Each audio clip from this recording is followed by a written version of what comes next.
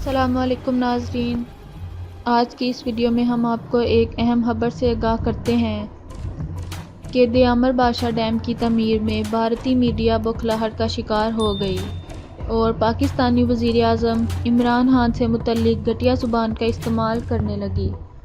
جی ہاں ناظرین، بوکھلاہٹ کے شکار بھارتی میڈیا نے چین کے اشتراک سے بننے والے دیامر بادشاہ ڈیم کو پاکستان کے لیے سب سے بڑا کلنک قرار دے دیا۔ تفصیلات کے مطابق بھارتی اینکر کا ہرزہ سرائی کرتے ہوئے کہنا تھا کہ چین لداخ کے مقام پر بھارتی سپاہیوں کے ہاتھوں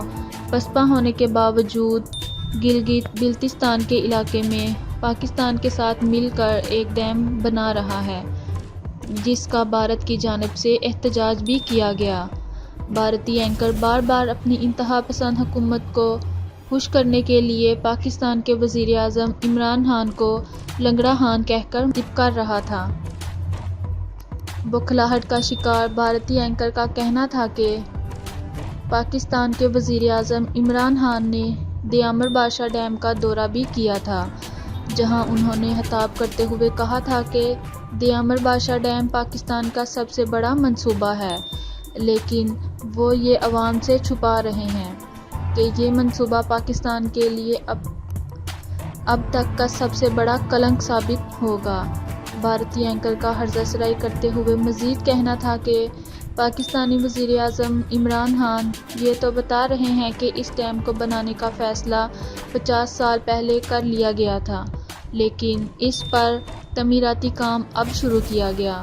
لیکن وہ اپنی عوام کو یہ نہیں بتا رہے کہ انہوں نے چین کے ہاتھوں اس ڈیم کو کتنے میں بیچا ہے۔ بھارتی اینکر کی جانب سے جھوٹ کی انتہا تب کی گئی جب اس نے جھوٹ پر جھوٹ بولتے ہوئے کہا کہ گلگت بلتستان، جو ایک متنازع علاقہ ہے، اس پر دیامر بادشاہ ڈیم بنانے کے خلاف گلگت بلتستان کی عوام مزاحمت کر رہی ہے، لیکن عمران خان اپنی دوستی نبھانے میں مصروف ہیں۔ عمران خان کو یہ نہیں معلوم کہ چینی ڈریگن کس طرح سے ان کے ملک کو نگل جائے گا۔ ناظرین، یہ تھی آج کی ویڈیو۔ اگر پسند آئی ہو تو سبسکرائب اور لائک کرنا مت بھولیں۔ شکریہ۔